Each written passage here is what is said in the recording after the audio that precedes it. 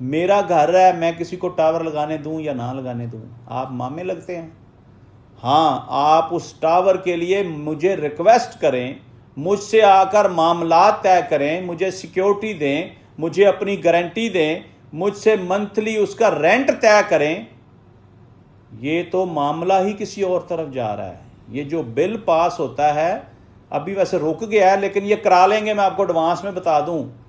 آپ کی زمین کے اوپر یہ اپنی مرضی سے ٹاور لگائیں گے، کیونکہ یہ چل پڑے ہیں، ایک جگہ سے پاس ہو گیا تو دوسری سے بھی کرا لیں گے۔ یہ جس نے روکا ہے نا بل، اس کو بھی شامل کر لیں گے کہ تم ہی اپنا حصہ لائے سے پرا ہو جا۔ حال ہی میں اسمبلی میں ایک بل پیش کیا گیا، مجھے ہنسی آ رہی ہے کہ جناب پورے پاکستان میں موبائل کمپنیوں کو الاؤ کریں کہ وہ جہاں چاہیں اپنا ٹاور لگائیں، اپنا جنریٹر لگائیں، اپنی کیبلز گزاریں۔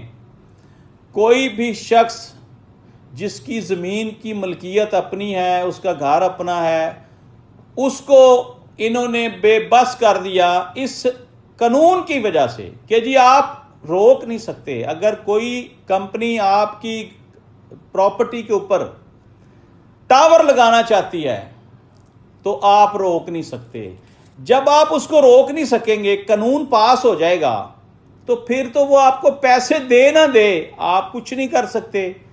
جبکہ 25-30 سال سے موبائل کمپنیاں پاکستان میں کام کر رہی ہیں، روزانہ اربوں خربوں روپیہ یہ کما رہے ہیں۔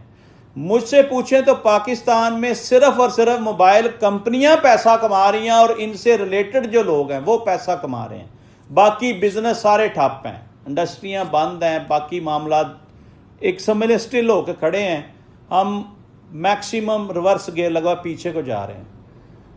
اس میں توجہ طلب بات یہ ہے کہ یہ بل اسمبلی سے پاس ہو گیا، نون لیگ اور پیپلز پارٹی نے مل کے پاس کروایا۔